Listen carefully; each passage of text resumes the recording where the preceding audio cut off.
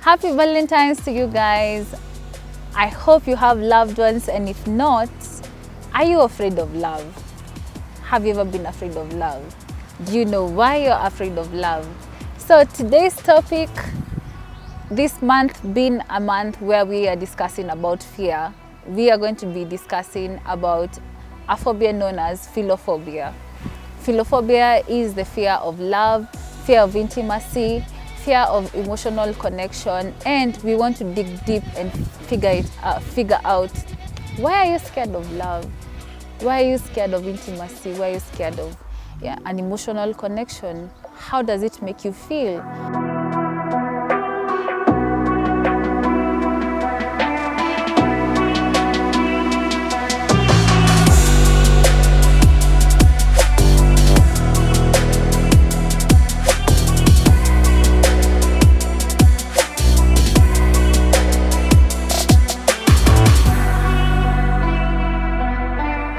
Some of these things you find that people do not know they're happening. They don't know why they're happening.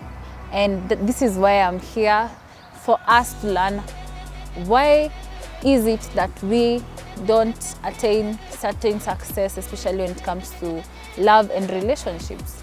So we are going to begin by analyzing what phobia is. Phobia is extreme fear. It is unreasonable, it is unreal. Most of these fears are imagined. You know, it can come from maybe a traumatic experience as well. So philophobia now is the fear of love. It is the it's the unreasonable, overwhelming fear of love and intimacy. And let me tell you something, as much as you may think that if I was traumatized, if I have gone through a certain experience, it will be okay for me to be afraid of love.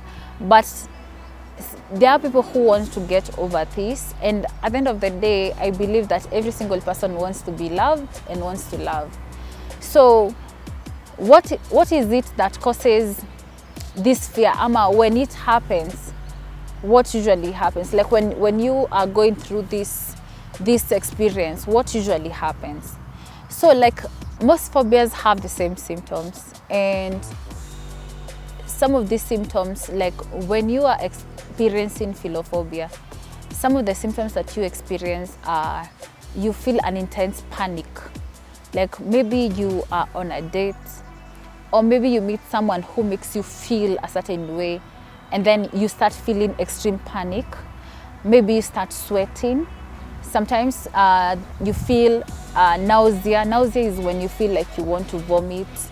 And sometimes you feel, some people avoid, like the moment they meet someone who makes them feel a certain kind of attraction, they avoid and run away. Yeah, there's difficulty in breathing. You find yourself panting and you have shortness of breath, and then like sometimes you are unable to function. Have you ever watched a movie and you find someone who sees someone very attractive and they start dropping everything? Like they are dropping, if it's a cup of tea, they find themselves dropping stuff. Their hands are not functioning. They want to move, they can't move. This is some of the symptoms that people experience, and you find that you have a rapid heartbeat, which is not normal. So some of this, one of the reasons as to why people experience philophobia, like I've mentioned before, is maybe you have gone through trauma. Maybe you have never experienced love in your life, and maybe you've put yourself out there before and you've been hurt, and every time you get to a point whereby you're close to that emotion that led you to fall in love with that person, you start panicking, you get afraid, you feel afraid, and you start panicking. And most of the time you find that it's because you haven't dealt with that trauma. You haven't dealt with the trauma that resulted you to be so scared when it comes to love. Most of the people who go through philophobia are people who have had a traumatic experience in the past or a past hurt. It may be childhood trauma, it may be a first romantic experience that went wrong. Anytime you find yourself in a situation where will lead you to someone wanting to be close to you, you find yourself avoiding or going through the symptoms that I have mentioned above. So what are you going to do about it? So if it has gotten to that level, I think one of the best ways to deal with it is therapy. Therapy is really important in this stage because it means that you have to analyze deeply what exactly went wrong in that relationship. Why are you so afraid? Yeah, and what are the beliefs that you have when that will happen if you put yourself in that situation again? What exactly are you afraid of? Is it yourself? Is it the person? What is it about that person that makes you think that they are going to hurt you? And not every single person is the same. Every single person is different. And just because one person hurt you doesn't mean that every single person you come across is going to hurt you. One of the best ways to deal with this phobia is going through therapy. I know like most of us have a negative attitude towards therapy, but what therapy is, I remember that I recently met someone who told me they went to therapy and they had a bad experience because instead of the therapist listening and leading the person to understanding what they are going through, the therapist was, I don't know, like they were just instilling things like the reason why you're behaving this way is because of this. The reason why you're doing this is because of this. But true counseling is someone leading you to understand where the problem is, where it is coming from, and what you can do about it. But they are not the ones who tell you these things. They lead you to discover that the questions, the answers, they are all in you. That is what true therapy is. One of the best ways to deal with this issue is cognitive behavioral therapy. One of the best ways to deal with this issue is cognitive behavioral therapy. And this is where the therapist is going to train you on how you're going to get over the negative beliefs and thoughts that you have about love. They are going to get on an underlying, like what is the underlying fear that is causing you to have such an anxiety about love? What caused it? Yeah, and you will go step by step in understanding and analyzing the emotions that you're going through. And by doing that, they are going to help you change the belief. And like we have discussed before, fear comes from an unreasonable, unrealistic. It comes from somewhere unrealistic, something unrealistic, something unreasonable. So maybe it's the way you understood the situation or how you handle the situation that's the problem, or maybe the reason as to why you're afraid is because of how you analyze the situation yourself. So it's like you're given a second chance to be able to create a different theory of what happened. Every single person has gone through different experiences in life, and it has led them to become the person that they are. So meaning that sometimes even our own experiences lead us to attract the wrong kind of people. And sometimes it takes you dealing with yourself and understanding how you see yourself, your self-worth, your standards, your principles and all that, and your values are going to help you attract a better person. So sometimes it's not about the person who hurt you, sometimes it's about you. And the only way to deal with this or even understand it is going through therapy. And that's why it is really important. I know we don't give it that much credit, but it actually is important. And the best the best thing is to find someone who understands you deeply, and someone who will help you understand yourself, help you analyze who you are, become self-aware, and work on yourself so that you can be able to attract the right kind of people in your life.